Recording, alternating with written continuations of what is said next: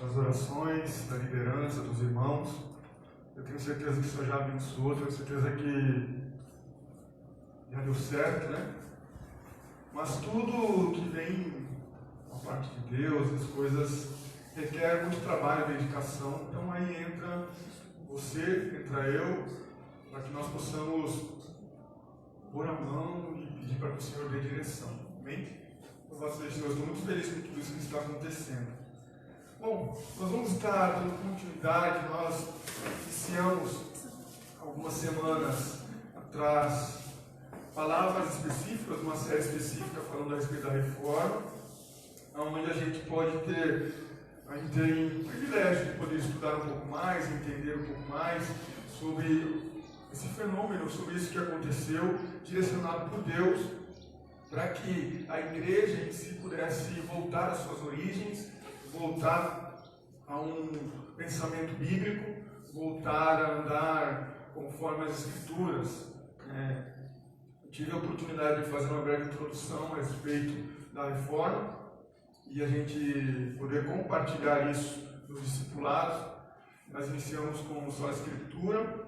Depois o pastor Lucas ele veio com uma palavra, um estudo também muito bom a respeito de sola fide, que significa somente a fé, onde a gente entendeu e aprendeu o significado, né, do que é viver pela fé, o que é esse somente a fé. E tudo isso tem sido importante, tem sido algo que eu acredito que tem acrescentado na vida da igreja, não só conhecimento, mas também sendo derramada a graça de Deus sobre nós, para que a gente possa estar crescendo justamente na graça e no conhecimento do nosso Senhor e Salvador Jesus Cristo. Então, é importante o que nós estamos fazendo durante essa semana. Nós temos ainda mais 2 semanas para tratarmos das 5 solas. Eu tenho certeza que o Senhor, através do Espírito Santo de Deus, falará ao seu coração, né? O mais importante é aquilo que o Senhor ministra ao seu coração. Então fique atento àquilo que o Espírito Santo de Deus vai ministrar ao seu coração e soprar aí nas nossas vidas em mais uma manhã. Louvado seja o Senhor por isso. Hoje nós vamos estar meditando, escutando, recebendo da parte de Deus sobre um tema importantíssimo também dentro da reforma, que é a próxima sola, que é solos Christus, ou seja, somente Cristo. E o que isso tem de importante para nós, como nós conseguimos tirar lições, como nós conseguimos entender como esse somente Cristo repercute na nossa vida, qual é a ação do somente Cristo na minha vida, na sua vida, e qual a importância que isso teve para a igreja, qual a importância de que isso tinha que ser esclarecido ali para aquelas pessoas que estavam vivendo na época medieval, na época ali onde teve a reforma. Nós sabemos que a reforma protestante ela foi algo sintetizado, não foi algo que foi Martinho Lutero que sintetizou tudo, mas ali reunindo homens e mulheres, pré-reformadores, reformadores, que chegaram a um consenso e entenderam que essas 5 solas, esses 5 somentes, eles eram a base, aí poderiam ser sintetizados a base da fé cristã. Sabemos que esses 5 solas eles estão ligados muito diretamente à parte da soteriologia. O que é soteriologia? É a doutrina da salvação. É onde nós estudamos a salvação em si. Então, os solos Cristos tem tudo a ver com a soteriologia, com a forma, o meio e o jeito e como Deus nos salva. Então, a ideia é essa. A ideia é nós meditarmos na palavra do Senhor. A ideia é que nós possamos estar atentos, com os nossos corações abertos, com os nossos ouvidos sensíveis, àquilo que o Senhor quer falar conosco. Amém? Romanos capítulo 3.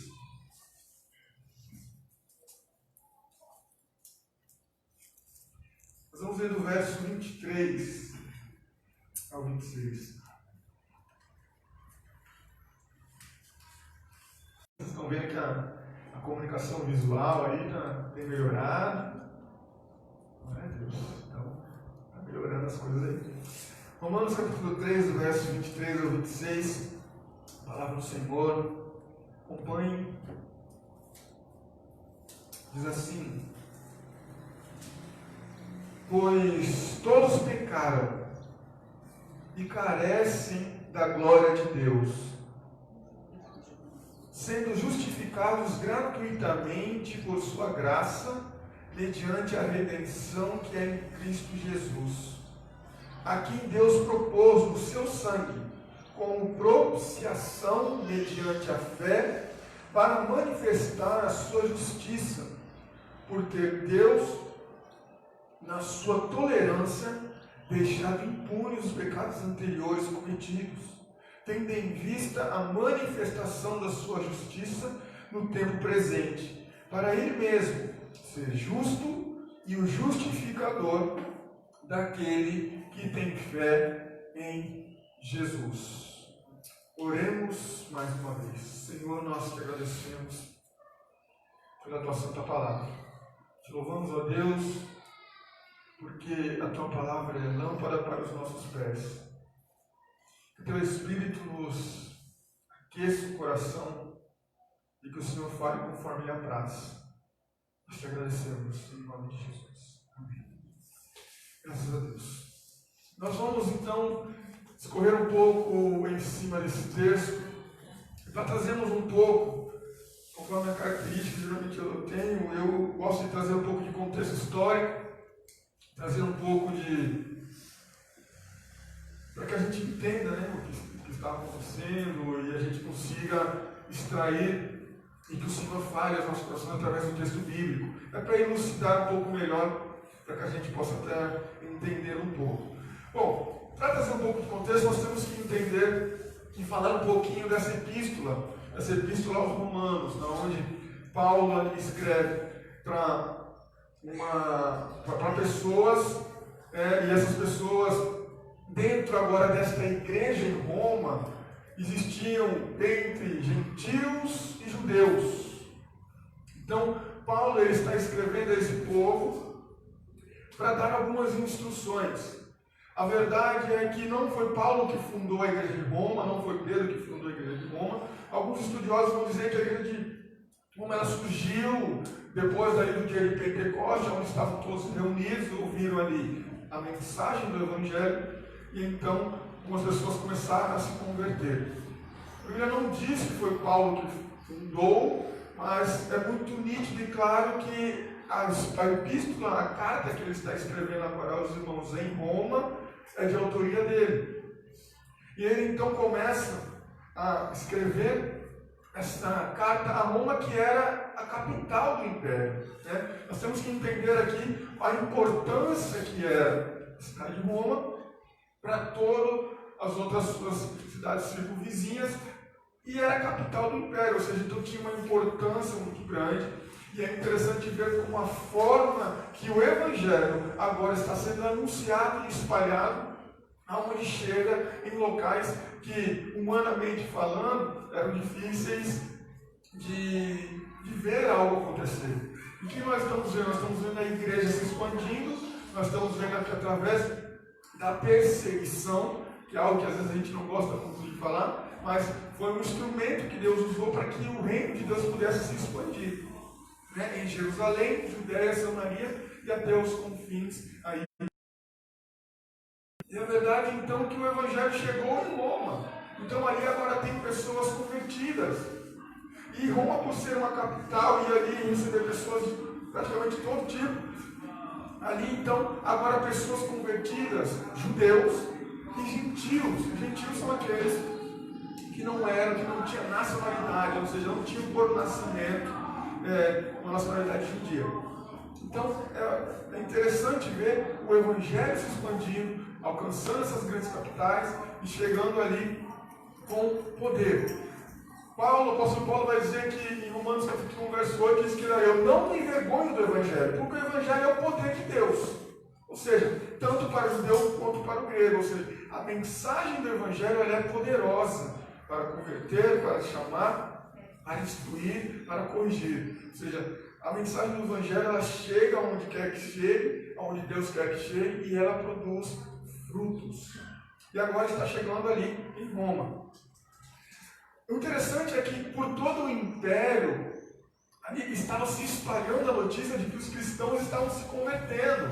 Ou seja, pessoas estavam se convertendo agora não mais a uma fé judaica, mas agora a uma fé cristã. E isso que é o interessante, porque hoje nós somos unidos não por uma religião, nós somos unidos por Cristo, por uma fé em Cristo. E nós aqui temos diversas diferenças, mas temos algo em comum. Nós temos a mesma fé em Cristo Jesus. Então essa notícia que agora está unindo pessoas na mesma fé, que é a fé agora em Cristo ressurreto, estava se espalhando. Isso estava ali chegando na capital.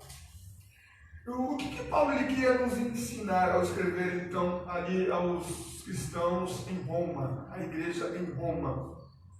Que os judeus e os gentios agora eles são pecadores sob o juízo divino. E o que isso é interessante para entendermos? Porque em Romanos capítulo 3, verso 10, o apóstolo Paulo escreve então aqueles irmãos dizendo assim: olha, não há um justo sequer. O que Paulo está escrevendo quando ele está se referindo a isso àqueles irmãos? Porque agora eles precisam entender a condição em que eles estavam e aonde Cristo então nos colocou e colocou a sua igreja. Então, a primeira coisa é que tanto os judeus quanto os gentios, eles estavam debaixo do juízo de Deus, da ira divina, e isso nos alcança e nos englobou também. Judeus e gentios, eles recebem a justificação somente pela fé. E nós sabemos que esse texto é um texto interessante, até mesmo conectando isso com a Reforma, porque foi onde Lutero, em Romanos capítulo 1, verso 17, ele então se descobre, Ele então ali, o Senhor, através do Espírito Santo de Deus, ilumina sua mente e ele entende que a justificação agora já não é mais por obras, mas pela fé somente. E esse somente faz toda a diferença. No contexto da Reforma, nós vimos ali que para ser justificado você teria que comprar a sua salvação através de uma indulgência. Então o que Paulo escreve àqueles irmãos judeus e gentios é, cara, a justificação não é por obras, a justificação não é por aquilo que você pode comprar, não é por aquilo que você pode fazer, mas pela fé somente. E o apóstolo Paulo então também escreve àqueles irmãos, judeus e gentios, que agora eles precisavam pôr em prática toda a sua fé. Ou seja, eles teriam que transportar ali tudo aquilo que eles estavam aprendendo e aplicar na sua vida. E isso é óbvio, porque a palavra de Deus não aplicada, nós estamos edificando a nossa casa na areia e não na rocha. E a Bíblia vai nos dizer que o Senhor Jesus disse que vai vir a chuva, vai vir o vento e nós não iremos ficar de pé. Ou seja, precisamos ter um alicerce, nós precisamos edificar a nossa vida sobre a rocha e Cristo é a rocha. Então, é importante que nós coloquemos em prática aquilo que nós aprendemos e aquilo que o apóstolo Paulo estava fazendo ao ensinar, ao escrever aos irmãos que estavam em Roma. É interessante, irmãos, porque essa epístola aos romanos ela é importantíssima no ponto de vista teológico, porque nós vamos pegar os reformadores, vamos pegar Agostinho, todos os reformadores, eles falaram que para você ter uma compreensão de todas as demais escrituras, de todas as demais epístolas e livros que compõem a Bíblia, você precisa entender e ler e reler a epístola aos Romanos. A epístola aos Romanos ela é riquíssima, teologicamente falando, porque ela trata sobre justificação, ela trata sobre pensamentos e sobre situações estratégicas e fundamentais para a nossa fé cristã. Então, a Epístola aos Romanos é considerada por muitos como uma epístola ricamente teológica e fundamental para a compreensão das Escrituras como um todo. E isso tudo é muito interessante para a gente. É óbvio que somente um estudo sem a iluminação do Espírito Santo de Deus, nós não conseguimos compreender nada. É necessário que o Espírito Santo de Deus abra o nosso entendimento para que a gente sim possa compreender as Escrituras. Então Lutero ele se depara com o texto, ele então entende que a sua justificação era somente pela fé. Lutero era considerado até por alguns alguém perturbado, né? Porque ele não conseguia entender como que Deus, que era um Deus justo, poderia amá-lo, ele com todos os seus pecados e as suas mazelas. Então ele descobre isso lendo as Escrituras. A Bíblia, inclusive na Epístola aos Romanos, ela tem um tema central, irmãos. E qual que é o tema central da Bíblia? Jesus. Todos os livros, todas as epístolas, elas vão apontar para Jesus, desde a Antiga Aliança ao Novo Testamento. Cristo é o centro, aonde ele fez nele convergir todas as coisas para que apontassem para ele e para a sua obra. A igreja tem uma única mensagem. Qual é a mensagem da igreja? Pregar a Jesus Cristo. Bom, feito algumas considerações como forma de introdução à Epístola aos Romanos,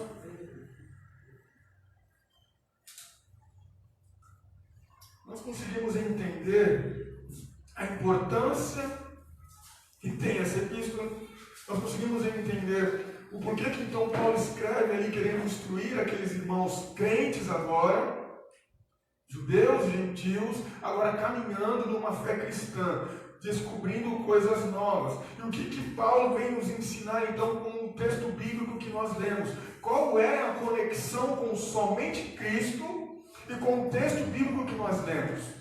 Primeiro, para entendermos o somente Cristo, nós temos que entender a nossa condição. Se nós não entendemos a nossa condição, o somente Cristo não faz sentido para você, não faria sentido para mim. O texto que nós lemos, em Romanos capítulo 3, no verso 23 ao 26, o primeiro versículo 23 vai dizer que todos então pecaram e foram destituídos da glória de Deus. O que isso tem a ver com somente Cristo? Isso tem a ver com a sua situação, tem a ver com a minha situação, aonde nós estávamos na condição que nós estávamos antes de Cristo nos chamar.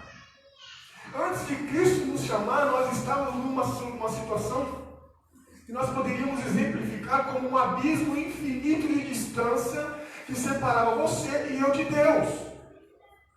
Nós não tínhamos acesso a Deus, nós não poderíamos nos relacionar com Deus, nós estávamos numa condição onde nós estávamos mortos dos nossos pecados e delitos, e alguém que estava morto, separado, destituído da glória de Deus, não poderia ter um relacionamento com o próprio Deus.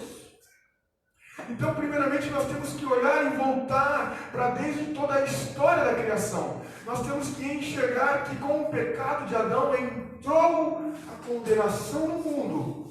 E a condenação do mundo trouxe uma consequência terrível para mim e para você. Nos separou, nos destituiu, nos colocou um abismo infinito de distância entre você, entre eu e Deus. Então era necessário que algo acontecesse, e isso aqui não é algo associado ao acaso, não é algo associado a algo que foi uma coincidência. Não, Deus no seu infinito plano e propósito, Ele tem um plano para a salvação. Ele tem um plano para mudar a situação onde encontrava-se a sua criação caída, destituída, aonde experimentou através da depravação total, o total desligamento de Deus. Isso mostra a incapacidade humana de se aproximar de Deus ou de tentar se aproximar de Deus pelo seu próprio mérito, esforço, mecanismo, estratégia, seja qual for o meio. Se nós não entendemos a condição que nós estávamos, nós nunca vamos entender qual era o pensamento dos reformadores quando eles declararam então somente Cristo. O que eles estavam então ensinando? O que eles estavam então proclamando? E o que eles estavam defendendo até mesmo com a sua própria vida quando eles declararam somente Cristo? Que não há salvação fora de Jesus. E qual era o pensamento predominante da época? Que não havia salvação fora da igreja. Então, o somente Cristo, ele vem confrontar confrontar esse pensamento, aonde o que predominava é que, olha, não teria como pessoas serem salvas ou voltar a ter um relacionamento com Deus se não fosse através da igreja. E a igreja em si, romana. O que os reformadores vêm falar e desconstruir e fazer com que as pessoas voltassem à origem das Escrituras é falar, olha, não existe salvação fora de Cristo. Então nós nos deparamos com essa situação. Deus então elabora o seu plano dentro do seu propósito que iniciou ontem, não, desde antes da fundação do mundo. Há um propósito pré-estabelecido, determinado por Deus e pela sua soberania. É necessário então enviar o seu filho. É necessário então que viesse alguém que pudesse remir o seu povo dos seus pecados. Era necessário então ter derramamento de sangue para que pudesse ter uma ira aplacada. Era necessário ter um sacrifício que antes era uma tipologia exemplificada pela morte do cordeiro, um cordeiro que não teria manchas, máculas, que representasse o sacrifício perfeito. Era necessário então que Jesus pudesse então remir o seu povo. E nós sabemos, conforme a história diz, que Jesus então vem e cumpre o seu propósito, se entrega naquela cruz, mas ressuscita ao terceiro dia. A condição que nós precisamos entender aqui é: fora de Cristo não há salvação, e fora de Cristo todos. Note que o verso que nós lemos no versículo 23 diz, não alguns, mas diz todos estão destituídos. E aqui engloba toda a raça humana. Todos aqueles que herdaram o pecado de Adão, todos esses estão destituídos, separados, impossibilitados de ter um relacionamento com Deus.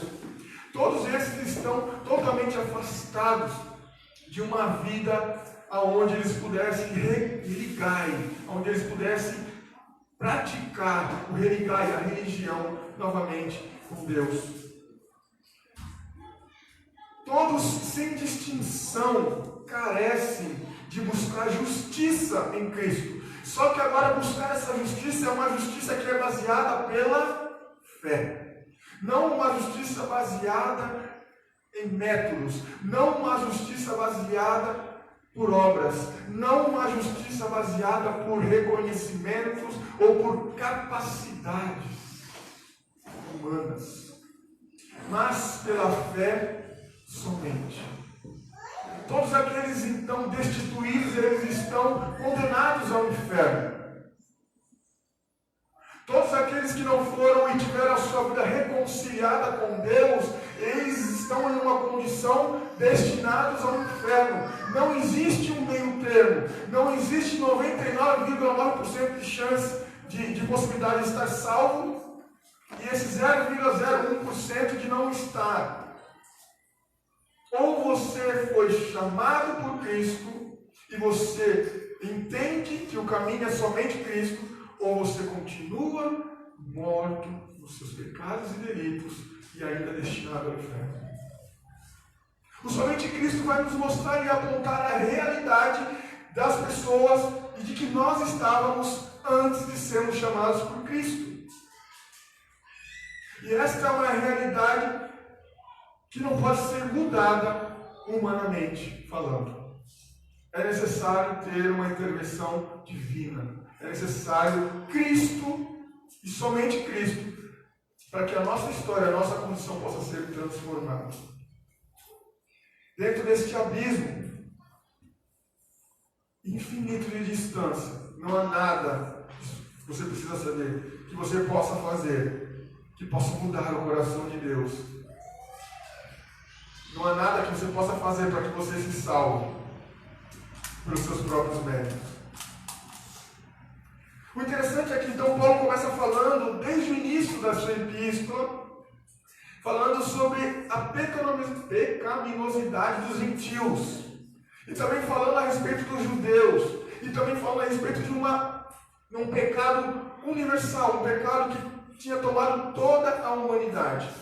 Então, se você começa a ler o livro de Romanos, você vai começar a ler no capítulo 1, ele falando sobre a depravação das pessoas. Ele vai começar falando como as pessoas amaram mais a criatura do que o Criador. Como as pessoas trocaram os seus desejos, inflamando-se e vivendo uma sua vida de carnalidade.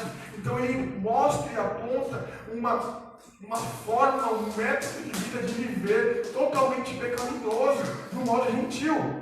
Depois ele vai falar também do modo de vida que os judeus também estavam condenados. O que é importante aqui? Que Paulo vai falar da condição pecaminosa dos gentios, da condição pecaminosa dos judeus e da condição pecaminosa de toda a humanidade. Ou seja, ninguém em toda a humanidade teria capacidade para se salvar por seu mérito ou por suas estratégias.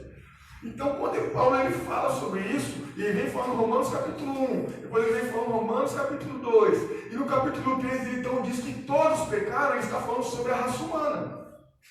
Fazendo e ensinando e escrevendo aqueles irmãos que dentro da igreja de Roma tinha judeus, então ele fala, vocês judeus, vocês não estão seguros na sua religião. Vocês pecaram, vocês precisam de um Salvador. Ele então depois começa a falar aos gentios, vocês que vivem as suas vidas totalmente nessa depravação, vocês precisam se arrepender de seus pecados e vocês precisam de um Salvador. Então ele fala, todos vocês, todos nós, vocês precisam entender que não há salvação fora de Cristo. E ele então chega no capítulo 3, ao texto que nós estamos lendo, declarando, trazendo todo este contexto para ligar e poder falar somente Cristo, somos Cristos. O que é interessante, irmãos? Porque o solos Cristos ele vai apontar para essa incapacidade que nós temos. Solos Cristos vai mostrar quem você é. Somente Jesus e a condição em que nós estamos tem que fazer você olhar para você e você enxergar quem você é sem Cristo. Porque não há conversão, não há um novo nascimento sem reconhecer a sua velha natureza. Não há conversão se Cristo não abrir os seus olhos e fazer com que você enxergue que você é um pecador miserável. Não há conversão se nós não enxergássemos que em nós não há nada, nem um resquício de possibilidade de chegarmos a Jesus pelos nossos meios. Se nós achamos que é um resquício, se nós achamos que é uma pequena possibilidade que seja, mínima que seja, já não é mais somente Cristo. Vocês conseguem compreender? Que não há nada, nem um resquício, nem o mínimo que seja em nós, que nos permita nos achegarmos a Cristo pelas nossas próprias forças, os próprios meios, pelos próprios mecanismos.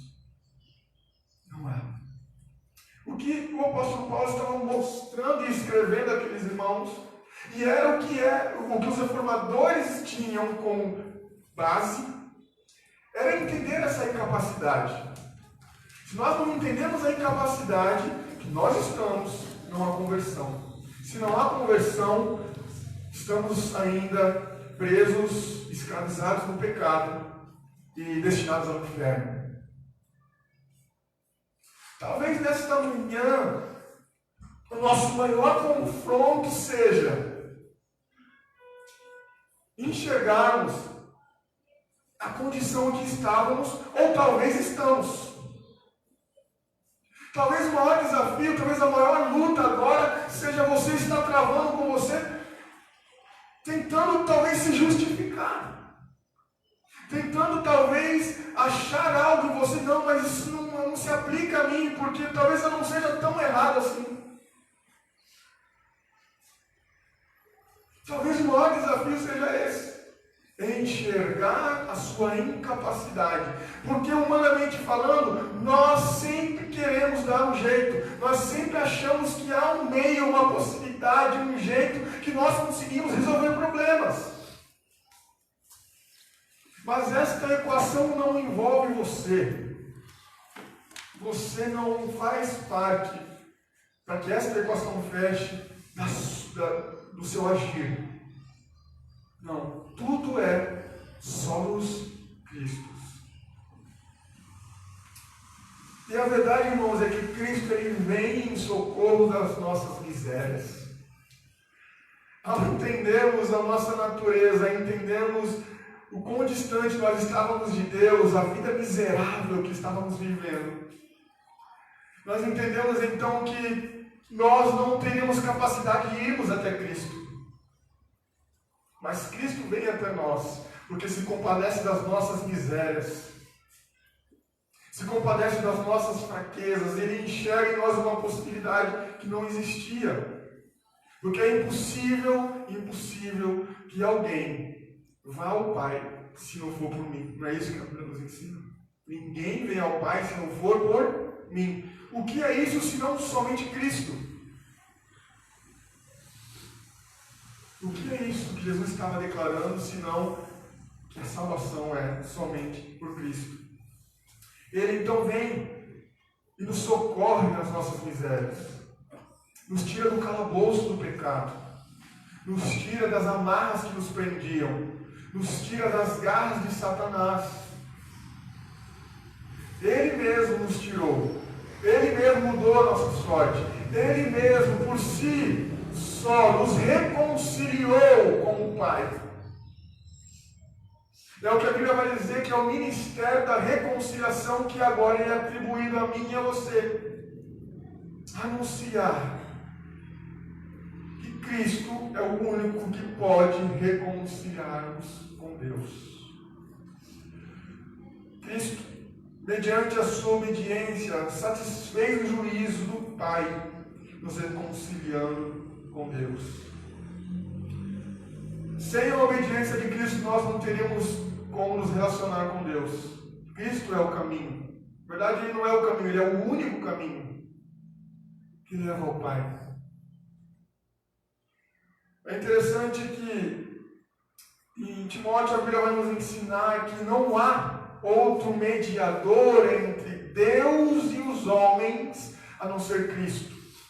Não há quem possa fazer o homem ligar-se a Deus ou voltar a ter um relacionamento e uma vida espiritual com Deus se não for por Cristo.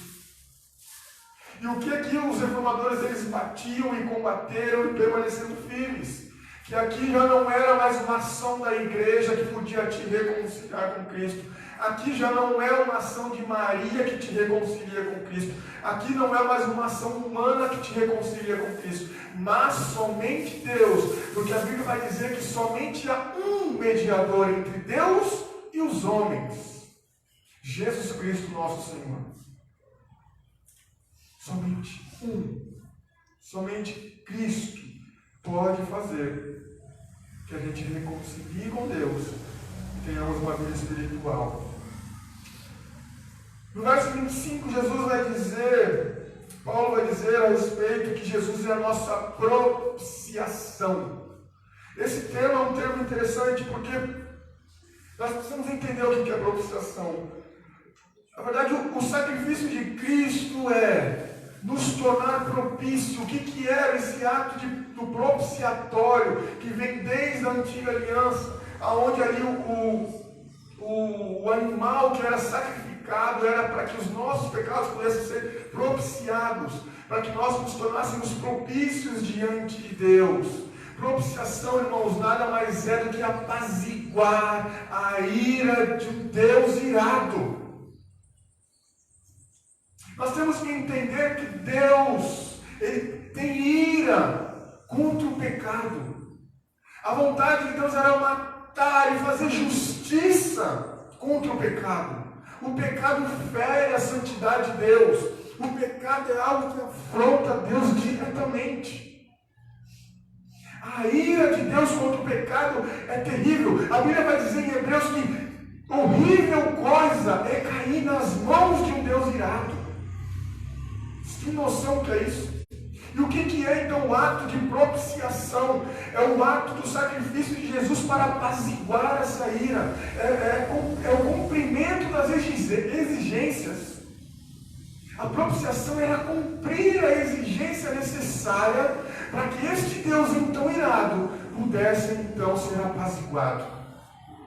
Vocês estão entendendo que o apóstolo Paulo então diz aos irmãos de Deus, gentios na igreja de Roma: olha, Jesus, e somente Jesus, Ele é o único que pode apaziguar esta ira. É somente o único que pode cumprir as exigências necessárias para que esse Deus agora nos olhe com paz.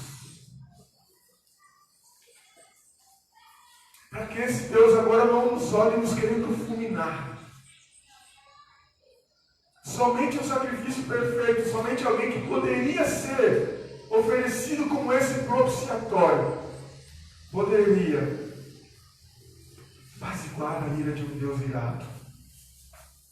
E às vezes nos falta o temor, às vezes nos falta o entendimento de quanto os nossos pecados ferem a santidade de Deus, de quanto os nossos pecados o ofendem.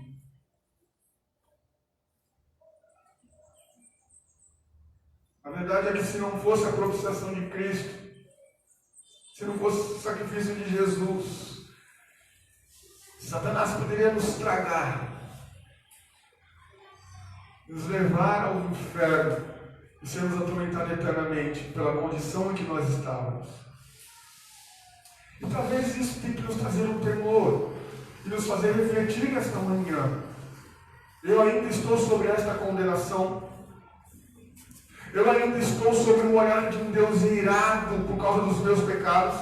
Eu ainda estou sob o olhar de um Deus que abomina este pecado que fere a sua santidade. Ou eu estou repousando na propiciação do sacrifício de Jesus? Isso tem que fazer tremer as nossas pernas.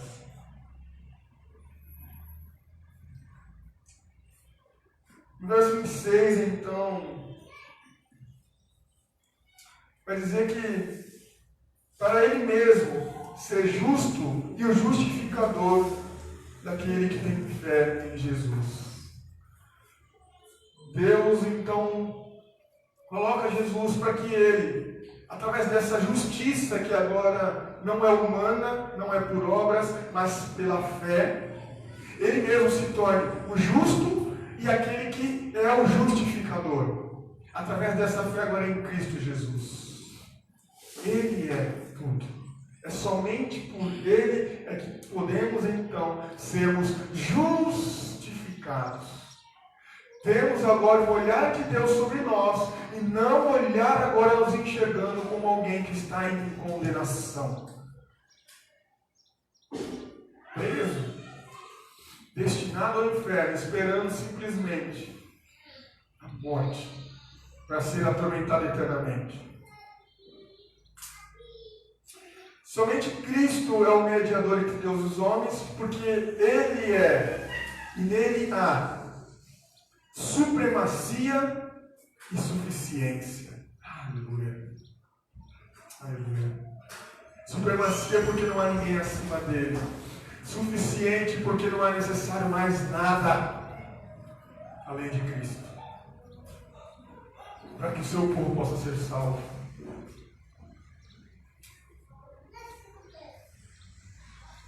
Nós não precisamos de nada, irmãos, além de Cristo. E esse nada é nada mesmo.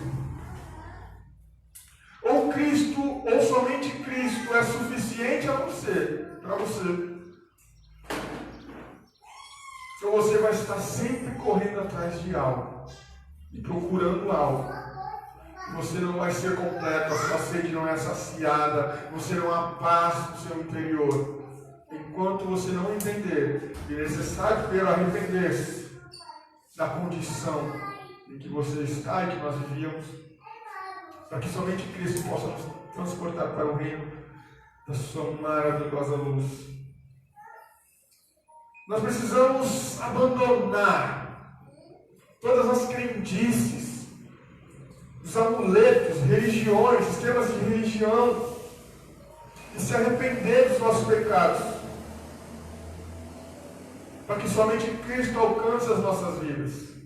É necessário um rompimento com tudo, porque ou é somente Cristo, ou ainda você está preso nisso. em crendices, amuletos. E como tem crentes, irmãos, que são místicos, que estão presos no misticismo. Como tem crente que tem amuletos, que acha que o Salmo 23 aberto na sua casa, o Salmo 91 aberto na sua casa, vai espantar mal olhado. Isso é crendice, meu irmão, isso é amuleto. Isso, quando você faz isso, você está negando que é somente Cristo que é sobre a sua vida. Quando você vive desse jeito, você não está falando que é só os Cristos na tua vida, você está falando que você precisa de algo, se apoiar em alguma coisa que não é Jesus. Nós temos que nos desvencilharmos disso, e é somente o Senhor que nos liberta disso. Nós temos que nos libertar desse sistema religioso, de um legalismo. Não há espaço, não é compatível a tentativa de se salvar por mérito com a verdadeira salvação em Cristo Jesus. Não há. Não existe a possibilidade. E se nós não vivemos isso, se nós ainda estamos presos em amuletos, crendices, religião, misticismo, nós não experimentamos ou não entendemos só os Cristos. Ou entendemos a nossa incapacidade e Ele é tudo, ou nós vamos sempre estar aprisionados em alguma coisa. Não existe meia libertação. Não existe. Ou Cristo te chamou e você sai da condição de condenação do pecado, ou você ainda está morto nos seus pecados e delitos e ainda condenado ao inferno. Entenda, irmãos, que dentro da caminhada cristã nós tropeçamos, pecamos, erramos, mas não há para aquele que é salvo em Cristo a condenação. Só há condenação para aquele que ainda não nasceu de novo. Aquele que ainda não tem somente Cristo como um único caminho, e somente Ele, para a salvação. Eu quero finalizar aqui. Tem que orar aqui, que acho que até me estendi. Orar? Amém. Maravilhoso. 2 horas da tarde. Então, nós finalizamos aqui com uma reflexão. Abandone, reconheça a sua incapacidade. Se você sair daqui com ainda um pensamento de que você ainda consegue fazer alguma coisa para ser salvo, você ainda não está vendo somente Cristo. Abandone. Enxergue, ore a Deus. E que nesta manhã, que o Senhor então aqueça o seu coração e liberte você de você mesmo. Porque talvez o seu maior inimigo e maior dificuldade seja você. Ore a Deus nessa manhã, Senhor, me faz entender que é somente em Cristo, que é só nos Cristos, que é somente no Senhor, que eu posso obter a salvação. Ore a Deus para que abra o seu entendimento e para que você e eu possamos desvencilhar de tudo isso que nos prende, de tudo isso que nos aprisiona. Ore a Deus, para que Deus mostre e isso seja algo real em você e na minha vida, para que possamos enxergar a incapacidade que nós temos de nos aproximarmos de Deus pelos nossos próprios méritos. E eu finalizo aqui lendo uma frase de John Owen, que ele diz assim: o Senhor Jesus Cristo não leva para o céu ninguém que Ele não tenha santificado na terra. Ele não leva ninguém, irmãos, que Ele não tenha entendido que é somente por Ele que ele não tenha feito a obra do novo nascimento. Louvado seja o Senhor por isso. Somente Cristo. Isso era que os reformadores eles batalharam para que os irmãos, para que a igreja pudesse ter a sua fé estruturada nessas solas. Somente Escritura, sola fide, solos Cristo, sola gratia e sola Deo glória apontam tudo, converge tudo isso em Jesus. Tudo é para Ele. E não há outro caminho. Seria ilusão nossa acharmos que nós vamos ter um atalho, ou que nós vamos ter um caminho mais fácil, ou que nós iremos encontrar um caminho que nos leve ao céu, que não seja por Jesus. Louvado seja o Senhor. Vamos orar.